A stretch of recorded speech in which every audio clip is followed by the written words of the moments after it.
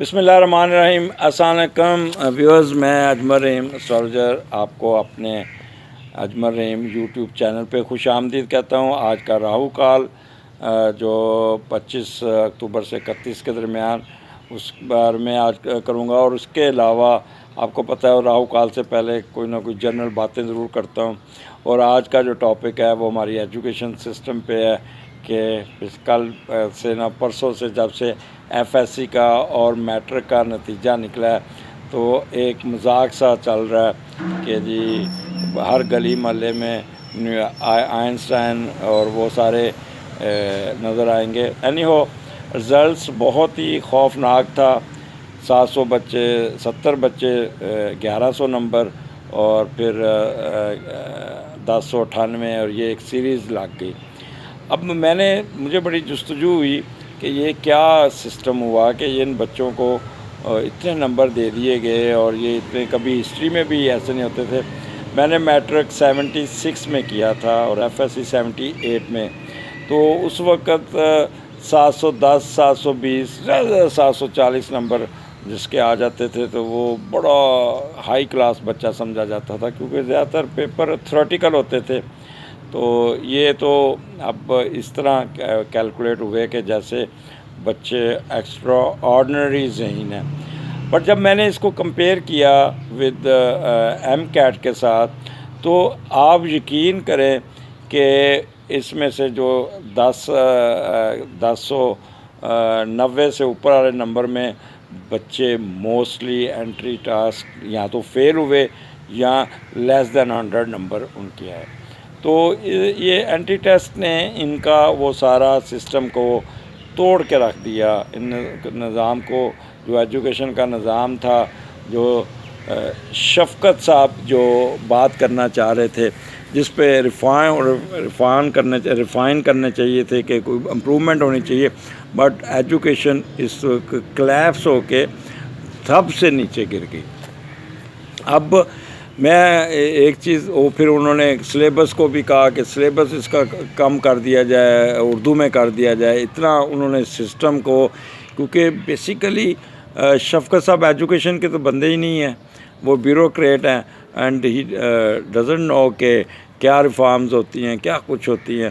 اس وقت private school لوٹ رہے ہیں، گورنمنٹ سکول کنفیوژن کا شکار ہیں، اور بچے تو اس وقت 2 سال سے ان کو تو کچھ سمجھ نہیں ہے۔ ایک فارمل ایجوکیشن ہوتی ہے، ایک انفارمل ایجوکیشن ہوتی ہے۔ انفارمل ایجوکیشن سے تو مبرہ ہو گئے، کیونکہ بندہ یونیورسٹی یا کالج میں بہت سیکھتا ہے۔ انفارچونیٹلی پچھلے 2 سال سے اننیسیسری ہماری پور گڈ گورننس، جسے کہتے ہیں امپلیمنٹیشن آف ایس او پی، نے نا اتنا ہمیں خوار کیا کہ اگر یہی ایس او پی کو پراپر طریقے سے امپلیمنٹ کرتے، کوئی لا وغیرہ ہوتا تو چیک اینڈ بیلنس ہوتا تو اسکول کبھی بند نہ ہوتے۔ اینی ہو، یہ تو ایک سسٹم نے ہمیں ستیہ ناش کر دیا۔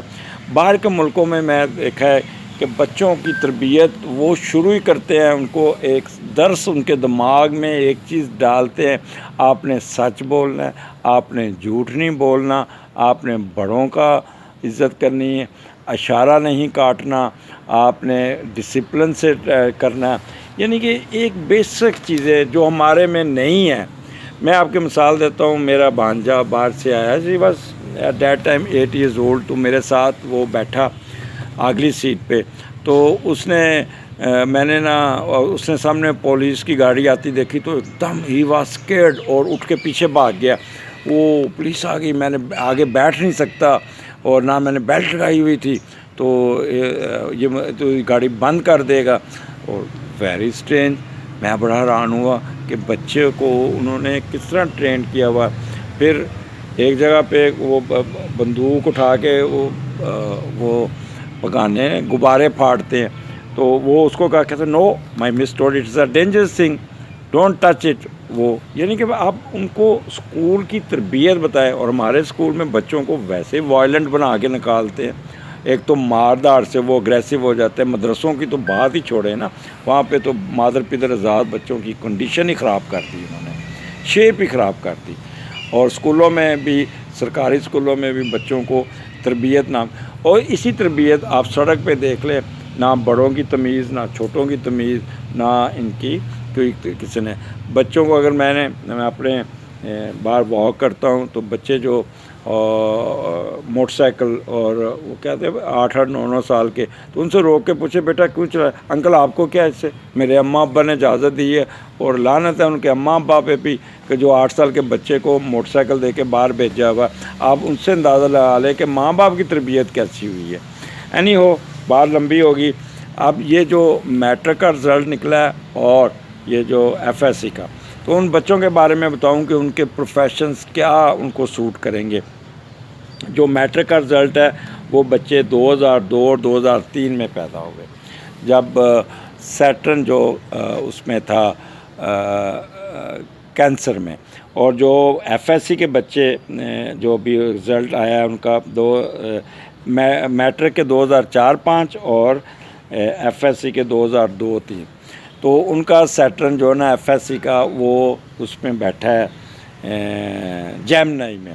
اب جب جیمنائی میں سیٹرن بیٹھتا ہے تو بیسیکلی بچوں کا پروفیشن جو ہوتا ہے وہ commerce, accountancy, communication, marketing, finance, اور اس میں بہت ہی یہ ایکسٹرا آرڈنری رزلٹ دیتے ہیں.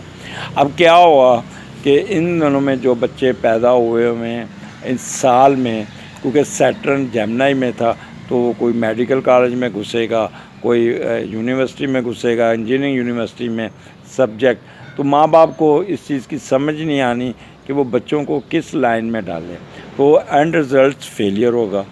تو بہتر ہے کہ کوشش کریں کہ آپ اپنے بچوں کو یہ دیکھیں کہ ان کا وہ کیا لے کے پیدا ہوئے ہیں، ان کا انٹرسٹ کس میں ہے، اس کی سیٹرن کی پوزیشن، ان کی مرکری کی پوزیشن کیا ہے، ان کا مارس کیسا بیٹھا ہے، پھر ڈیسیژن کرے. کیا ہوگا؟ فیلئر ہوگا. وہی رانچو والی بات کہ وہ ہم نے اپنے تو وہ پیدا کرنے ہیں وہ رٹے والے، اس میں جو تھا وہ سلنسر، تو کیا انہوں نے دینا؟ کچھ بھی نہیں دینا. کیا گیان لینا؟ تو یہ اور وہ لوگ جو میٹرک کے جو ایف ایس سی کے وہاں سیٹرن جو ہے نا سوری میٹرک والے، ان کا سیٹرن اس میں بیٹھا ہے کینسر میں.